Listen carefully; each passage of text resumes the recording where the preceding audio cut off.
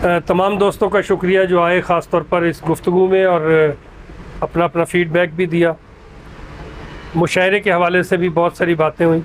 حضرات گرامی، بات یہ ہے کہ پچھلے دنوں ایک خاص تحریک کے طور پر کراچی سے کچھ آوازیں اٹھیں، کچھ اسلام آباد، لاہور.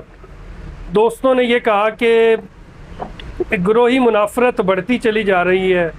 ایسے گروہ بن گئے ہیں جو مشاعروں میں جس طرح کسی زمانے میں اساتذہ اپنے ساتھ لے کر چلا کرتے تھے، مخصوص ان کے ساتھ مصرع اٹھانے والے، اور انہوں نے یہاں تک اب قبضہ کر لیا کہ جو اچھی آوازیں ہیں وہ باہر نہیں آ رہی، لوگوں تک نہیں پہنچ رہی، ان کو پہنچایا جانا ضروری ہے. اب اس میں دو تین باتیں ہیں.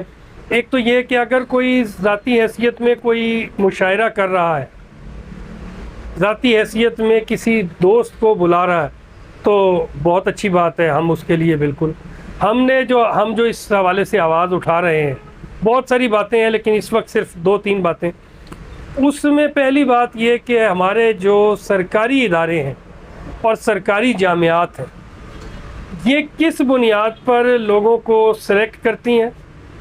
اٹک میں بیٹھا ہوا شاعر، فتح جنگ میں بیٹھا ہوا کوئی اچھا شاعر، کلر سیدہ میں بیٹھا ہوا، یا سرائکی بیلٹ میں بیٹھے ہوئے ہمارے بہت سارے دوست جو اتنا اچھا شعر کہہ رہے ہیں، لیکن انہیں کبھی یہ پذیرائی نہیں ملی کہ کسی ایسی جگہ پر بلا کر انہیں مہمان اعزاز بنایا جائے، ان کے ساتھ اس بات کو ان کے سامنے رکھا جائے کہ وہ بہت اچھا شعر کہہ رہے ہیں اور ہم ان کی پذیرائی کر رہے ہیں. تو اس چیز کو پیش کرنے کے لیے کراچی میں رمزی عاصم ہے ہمارے دوست، وہ اس کے اوپر بہت ساری آواز اٹھا رہے ہیں. جو لوگ اس وقت سوشل میڈیا سے جڑے ہوئے ہیں انہیں اندازہ ہوگا کہ ایک پوری تحریک ہے. اگرچہ ہم ان کی تحریک میں جو ان کا سخت لہجہ ہے بزرگوں کے لیے، ہمارے سینئرز کے لیے، ہم اس کے ساتھ نہیں ہیں. یہ بات اس فورم پر کہی جانی ضروری ہے نوید ملک صاحب، کیونکہ یہ فورم باقاعدہ اس بات کو طے کر رہا ہے کہ آگے ہمارا جو نیا شاعر ہے، جو نوجوان شاعر ہے، 21ویں صدی کے نئے لہجے، نئی آوازیں، نئی زبان جو ہے وہ کیا سوال کر رہی ہے ادب اور سماج کے ساتھ. ادب اور سماج کے درمیان جو تعلق ہے وہ کس سطح پر اب برقرار رہے گا کہ میرا بچہ، جو ہم سینئر اس وقت یہاں بیٹھے ہوئے ہیں، نصرت بھائی، ہمارے بچے اردو سے ہی اس طرح سے واقف نہیں ہو رہے، تو کیا ایسا تو نہیں کہ شاعر اور سماج کے درمیان ایک بہت بڑا فاصلہ پیدا ہو گیا. آپ اس کو بھی دیکھیے ضرور کہ شاعر ہونا، ہم شاعر لوگ ہیں، سب ایک برادری ہیں، اور کیسا کیسا اچھا لہجہ اور کیسے کیسے اچھے، اور سب ماشاءاللہ اچھے مقامات پر ہیں، اچھے مناصب پر ہیں، ان کی اپنی اپنی جگہیں ہیں. لیکن بحیثیت شاعر بتانا کیا وجہ ہے کہ میڈیا ہمیں ایسا پورٹرے کرتا ہے جیسے شاعر ایک مفلوق الحال شخص ہوگا، جیسے شاعر جو ہے وہ ایک بدحال، اس کے پاس کچھ نہیں. ہم ایک مشاعرے میں گئے، فاؤنڈیشن یونیورسٹی کا مشاعرہ تھا، مجھے یاد ہے شاید آپ بھی ہوں گے، 2 سال پہلے. تو فاؤنڈیشن وہ بچے آئے ہمیں ریسیو کرنے کے لیے، ہمیں انہوں نے ایک ہال میں بٹھایا، چائے کافی پیش کی. تو وہ جب ہمیں مشاعرے میں لے کر، تو ان سے ہم نے سوال کیا، ہم میں سے کچھ دوستوں نے، کہ آپ شاعروں کے متعلق کیا کانسیپٹ ہے آپ کے؟ انہوں نے کہا جی ہم نے تو یہ سمجھا تھا کہ جی ایک مسلے ہوئے کپڑے اور ایک چادر سی لی ہوئی ہوگی اور کچھ اس قسم کا اولیا. لیکن وہاں پروفیسر، ہمارے پروفیسر صاحب بیٹھے ہوئے ہیں، یہ پروفیسر صاحب بیٹھے، اس لیول کے لوگ تھے، ٹائی سوٹ میں، اچھے لباس میں، شلوار قمیض، ویسٹ کوٹ.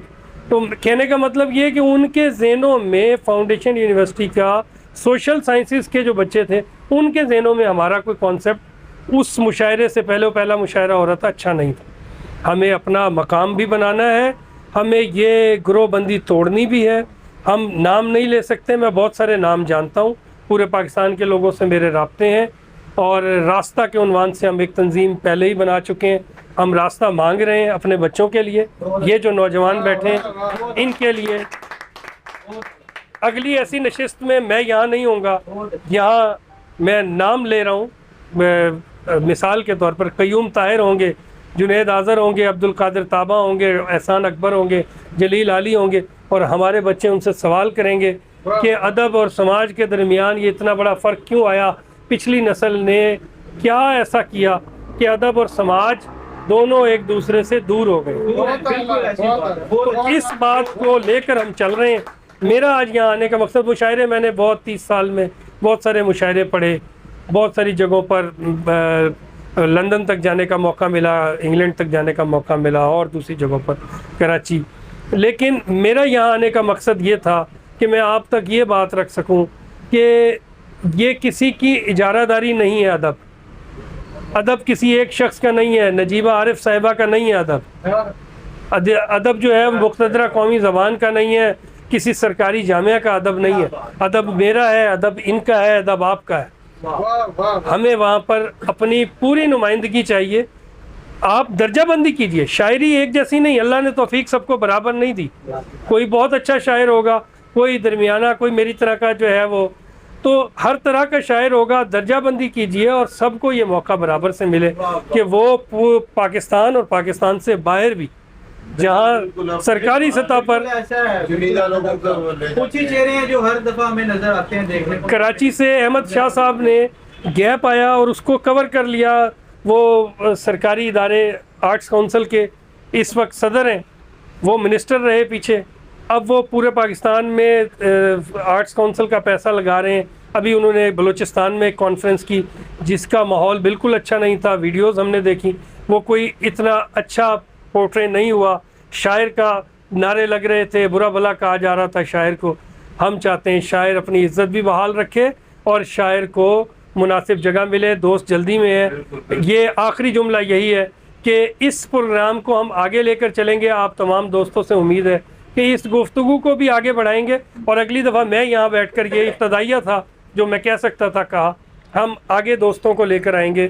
ایسے سینئرز جیسے احسان اکبر صاحب ہیں, جیسے جلیل علی ہیں, جو آ کر ہماری رہنمائی کریں گے کہ کس طرح سے اب ہمیں آگے ان بچوں کے لیے اور اس کے بعد والی نسل کے لیے راستہ تلاش کرنا ہے. آپ تمام